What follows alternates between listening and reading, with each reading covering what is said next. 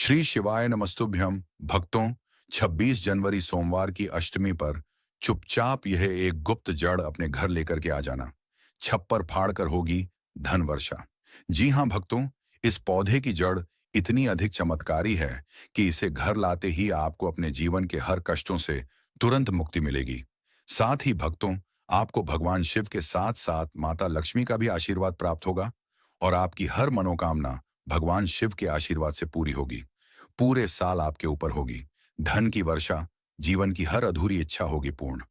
लेकिन उससे पहले यदि आपको यह जानकारी उचित लगे तो वीडियो को लाइक करें, चैनल वास्तुशास्त्र ज्ञान को सब्सक्राइब करें और कमेंट बॉक्स में ओम नमः शिवाय जरूर लिखें। तो महाराज, आप सभी यह तो जानते ही हैं कि सोमवार का दिन स्वयं भगवान शिव को समर्पित माना जाता है और जब यह दिन सोमवार अष्टमी तिथि के साथ आता है, उसका महत्व कई गुना बढ़ जाता है। शास्त्रों में स्पष्ट बताया गया है कि सोमवार की अष्टमी पर किया गया छोटा सा उपाय भी व्यक्ति के जीवन में बड़े से बड़े बदलाव ला सकता है। यह दिन केवल एक सामान्य तिथि नहीं होता, बल्कि यह दिन शिव तत्व से पूर्ण रूप से जागृत माना जाता है। महाराज, बहुत कम लोग इस रहस्य को जानते हैं कि सोमवार की अष्टमी पर ग्रह, नक्षत्र और तिथि मिलकर ऐसा दिव्य संयोग बनाते हैं जिसमें किया गया गुप्त उपाय सीधे भाग्य रेखाओं पर प्रभाव डालता है। जो भाग्य वर्षों से सोया हुआ होता है, जो धन वर्षों से रुका हुआ होता है, वह अचानक गति पकड़ने लगता है। यही कारण है कि हमारे शास्त्रों में सोमवार की अष्टमी को अत्यंत प्रभावशाली बताया गया है।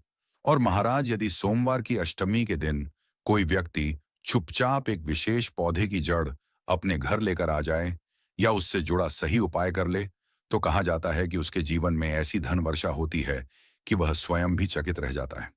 शास्त्रों में उल्लेख मिलता है कि इस वृक्ष में स्वयं भगवान शिव का वास माना गया है। यही कारण है कि इसके घर में आते ही नकारात्मक ऊर्जा समाप्त होने लगती है और घर का वातावरण स्वतः ही पवित्र हो जाता है। महाराज, आज के समय में हर व्यक्ति किसी न किसी समस्या से घिरा हुआ है। कोई आर्थिक संकट से जूझ रहा है, कोई विवाह में बाधा से परेशान है, किसी को संतान सुख नहीं मिल पा रहा, तो कोई करियर और व्यापार में लगातार असफलताओं का सामना कर रहा है। बहुत से लोग सोमवार का व्रत रखते हैं, पूजा पाठ करते हैं, शिवलिंग पर जल चढ़ाते हैं, लेकिन फिर भी मनचाहा फल नहीं मिलता। ऐसे में आपको यह समझना आवश्यक है कि केवल कर्म ही नहीं, सही समय पर किया गया सही उपाय भी आवश्यक होता है। इसीलिए शास्त्र कहते हैं कि सोमवार की अष्टमी जैसे दुर्लभ संयोग में किया गया उपाय सीधे शिव कृपा को आकर्षित करता है। इस दिन महादेव अपने भक्तों के बहुत समीप होते हैं और सच्चे मन से की गई प्रार्थना को तुरंत स्वीकार करते हैं। यही कारण है कि इस दिन से जुड़े उपायों को अत्यंत प्रभावशाली माना गया है। महाराज, जिस चमत्कारी जड़ की हम बात कर रहे हैं, वह कोई साधारण जड़ नहीं है। यह जड़ उस वृक्ष से संबंधित है जिसे स्वयं भगवान शिव का अंश माना गया है। इस वृक्ष की पत्तियों से लेकर इसकी जड़ तक हर भाग में दिव्य शक्ति का वास माना गया है। इस वृक्ष की जड़ के बारे में कहा गया है कि यह अमृत के समान है। इसकी मिट्टी अमृत है, इसकी छाया अमृत है और इसकी जड़ तो स्वयं शिव तत्व से परिपूर्ण मानी गई है। पुराणों में वर्णन मिलता है कि जो व्यक्ति इस वृक्ष की छाया में कुछ समय बैठ जाता है, उसके अनेक शारीरिक और मानसिक कष्ट शांत हो जाते हैं। जो भक्त इसकी पत्ती शिवलिंग पर अर्पित करता है, उसकी मनोकामनाएं पूर्ण होने लगती हैं।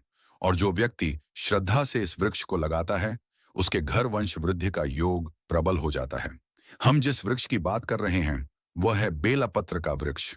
बेलपत्र महादेव को अति प्रिय है। कहा जाता है कि जहां बेलपत्र का वृक्ष होता है, वहां स्वयं भगवान शिव का वास होता है। उस घर में दरिद्रता टिक ही नहीं पाती। रोग और शोक धीरे धीरे समाप्त होने लगते हैं और परिवार में सुख शांति का वातावरण बनता है। इसीलिए महाराज, सोमवार की अष्टमी पर बेलपत्र वृक्ष की जड़ से जुड़ा उपाय करने का विशेष महत्व बताया गया है। ऐसा माना जाता है कि जो व्यक्ति इस तिथि में इस जड़ का सही विधि से प्रयोग करता है, उसका पूरा जीवन शिव कृपा से संचालित होने लगता है।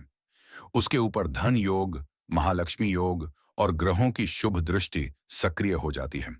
लेकिन महाराज, यहाँ पर एक बहुत महत्वपूर्ण नियम भी है जिसे जानना आवश्यक है। हर शिव संबंधी वस्तु को लाने या प्रयोग करने के लिए कुछ मर्यादाएं होती हैं। यदि उन मर्यादाओं का उल्लंघन किया जाए तो उपाय का फल कम हो सकता है। इसी कारण आज हम आपको यह भी बताएंगे कि इस जड़ को कब लाना चाहिए और कब नहीं। तो महाराज सोमवार की अष्टमी स्वयं भगवान शिव को समर्पित होती है। इसलिए इस दिन किसी भी शिव प्रिय वृक्ष को बिना नियम जाने तोड़ना उचित नहीं माना गया है। यही कारण है कि इस उपाय को करने से पहले सही विधि और सही समय जानना अत्यंत आवश्यक है। तो महाराज गया है उस गुप्त रहस्य को और गहराई से समझने का, जिसे जाने बिना यह उपाय अधूरा रह जाता है। बहुत से लोग उत्साह में आकर किसी भी दिन, किसी भी समय भगवान शिव से जुड़ी वस्तुओं को तोड़ लेते हैं, लेकिन शास्त्र कहते हैं कि श्रद्धा के साथ साथ नियमों का पालन भी उतना ही आवश्यक होता है, क्योंकि बेलपत्र का वृक्ष स्वयं महादेव का अंश माना गया है। इसलिए इसकी पत्ती, इसकी छाल और इसकी जड़ तीनों के साथ व्यवहार करते समय विशेष सावधानी रखनी चाहिए। यदि नियमों का उल्लंघन होता है तो वही वस्तु जो कल्याण देने वाली है, उसका पूर्ण फल प्राप्त नहीं हो पाता। तो महाराज शास्त्रों के अनुसार सोमवार के दिन बेलपत्र के वृक्ष की पत्ती, छाल या जड़ तोड़ना वर्जित माना गया है। कारण यह है कि सोमवार स्वयं भगवान शिव का दिन है और इस दिन बेलपत्र के वृक्ष को काटना या नुकसान पहुंचाना शिव तत्व को आहत करने के समान माना गया है। इसी प्रकार पूर्णिमा की तिथि पर भी बेलपत्र की पत्ती या जड़ नहीं तोड़नी चाहिए, क्योंकि पूर्णिमा पर चंद्र तत्व पूर्ण रूप से सक्रिय होता है और यह समय साधना के लिए होता है, ना कि तोड़फोड़ के लिए। इसके अतिरिक्त अमावस्या की तिथि भी अत्यंत संवेदनशील मानी जाती है। अमावस्या की रात्रि या संध्या के समय बेलपत्र की पत्ती या जड़ तोड़ना शुभ नहीं माना गया है। मासिक शिवरात्रि और प्रदोष की तिथि पर भी बेलपत्र के वृक्ष और से कुछ भी तोड़ना निषेध बताया गया है। इन तिथियों पर शिव पूजा तो अत्यंत फलदायी होती है, लेकिन शिव प्रिय वृक्ष को क्षति पहुंचाना दोषकारक माना गया है। अब महाराज ये जानना भी उतना ही आवश्यक है कि किन दिनों में इस जड़ को लाया जा सकता है। तो शास्त्रों में बताया गया है कि मंगलवार, बुधवार, गुरुवार, शुक्रवार, शनिवार और रविवार, इन दिनों में यदि कोई निषिद्ध तिथि ना हो तो बेलपत्र के वृक्ष की जड़ को विधिपूर्वक लाया जा सकता है। महाराज अब प्रश्न उठता है कि जब सोमवार की अष्टमी इतनी पवित्र है और उसी दिन यह उपाय करना है, तो फिर जड़ को उस दिन कैसे लाया जाए? तो इसका उत्तर भी शास्त्रों में स्पष्ट रूप से बताया गया है। यदि सोमवार की अष्टमी के दिन जड़ को तोड़ना निषिद्ध है, तो आप यह जड़ अष्टमी से पहले किसी शुभ दिन पर लेकर आ सकते हैं और फिर अष्टमी के दिन उसका प्रयोग कर सकते हैं। यानी कि आप इसे सोमवार अष्टमी से पहले पहले किसी भी दिन लेकर के आ सकते हैं। अब महाराज जड़ को लाने की विधि को भी समझना आवश्यक है। जब भी आप बेलपत्र के वृक्ष की जड़ लेने जाएं, तो मन में किसी प्रकार की जल्दबाजी ना रखें। पहले उस वृक्ष के सामने कुछ क्षण खड़े होकर मन ही मन महादेव से अनुमति मांगे। ओम नमः शिवाय या श्री शिवाय नमस्तुभ्यम मंत्र का जप करते रहे। ऐसा माना जाता है कि जब बिना अनुमति कोई वस्तु ली जाती है तो उसका प्रभाव कमजोर हो जाता है। अब महाराज जड़ को तोड़ने के बाद उसे किसी साफ कपड़े में लपेट लें और सीधे अपने घर लेकर आए। रास्ते में अनावश्यक बातचीत या हंसी मजाक से बचें। घर पहुंचने के बाद उस जड़ को स्वच्छ जल से अच्छे से धो लें और किसी पवित्र स्थान पर रख दें। ध्यान रखें कि जड़ को जमीन पर सीधे ना रखें और ना ही उसे अपवित्र स्थान पर रखें। अब महाराज हम बात करते हैं उस सबसे महत्वपूर्ण प्रक्रिया की, जिसके बिना यह पूरा उपाय अधूरा माना जाता है। यही वह प्रक्रिया है जिसके माध्यम से साधारण सी दिखने वाली जड़ एक दिव्य चंदन का रूप ले लेती है और उसी चंदन से महादेव की कृपा प्रत्यक्ष रूप से प्राप्त होती है। तो महाराज जब आप बेलपत्र के वृक्ष की जड़ को अपने घर ले आते हैं, तो यह केवल एक जड़ नहीं रहती, बल्कि वह शिव तत्व से जुड़ा एक माध्यम बन जाती है। इसलिए इसका प्रयोग भी अत्यंत श्रद्धा और संयम के साथ करना चाहिए। शास्त्रों में कहा गया है कि जिस वस्तु में भगवान शिव का वास माना जाता है, उसके साथ किया गया प्रत्येक कार्य पूजा के समान होता है।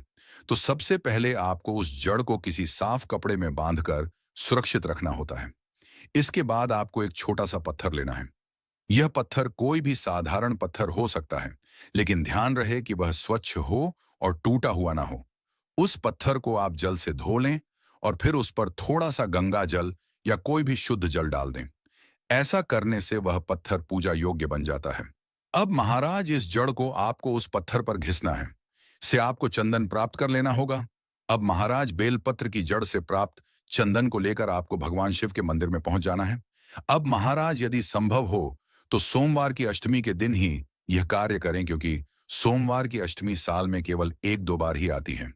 लेकिन यदि किसी कारणवश उस दिन मंदिर जाना संभव ना हो तो किसी भी अन्य सोमवार या शिव को समर्पित तिथि पर भी यह उपाय किया जा सकता है।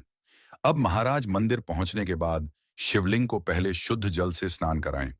इसके बाद उस चंदन से आप शिवलिंग पर त्रिपुंड का निर्माण कर सकते हैं या फिर ओम का चिन्ह भी बना सकते हैं।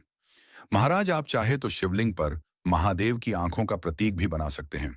शास्त्रों में कहा गया है कि जो व्यक्ति शिवलिंग पर आंखों का निर्माण करता है उस पर महादेव की विशेष दृष्टि पड़ती है और उसके जीवन का सबसे कठिन समय भी बदलने लगता है। क्योंकि महाराज ऐसा माना जाता है कि इस चंदन को शिवलिंग पर अर्पित करते समय महादेव उस भक्त की हर मनोकामना को सुनते हैं। उस क्षण यदि आप मन ही मन अपनी इच्छा महादेव के चरणों में अर्पित कर देते हैं तो धीरे धीरे वो इच्छा पूर्ण होने की दिशा में बढ़ने लगती है। कई साधकों का अनुभव है कि इस उपाय के बाद उनके जीवन में अचानक सकारात्मक परिवर्तन आने लगे हैं। अब महाराज इस उपाय का एक और रहस्य भी है जिसे बहुत कम लोग जानते हैं। जब आप शिवलिंग पर यह चंदन अर्पित कर चुके हों तो उसमें से थोड़ा सा चंदन प्रसाद स्वरूप अपनी हथेली पर ले उसे पूरे सम्मान के साथ ग्रहण करें। ऐसा माना जाता है कि इस चंदन को प्रसाद रूप में ग्रहण करने से शरीर के भीतर छिपे रोग, भय और नकारात्मक ऊर्जा धीरे धीरे समाप्त होने लगती है। शास्त्रों में उल्लेख मिलता है कि बेलपत्र की जड़ से बना यह चंदन केवल बाहरी समस्याओं पर ही नहीं बल्कि आंतरिक पीड़ाओं पर भी प्रभाव डालता है। जिन लोगों को लंबे समय से मानसिक तनाव, भय या अस्थिरता बनी रहती है उनके लिए यह उपाय विशेष रूप से लाभकारी माना गया है। इसी के साथ महाराज एक और कार्य है जिसे करना अत्यंत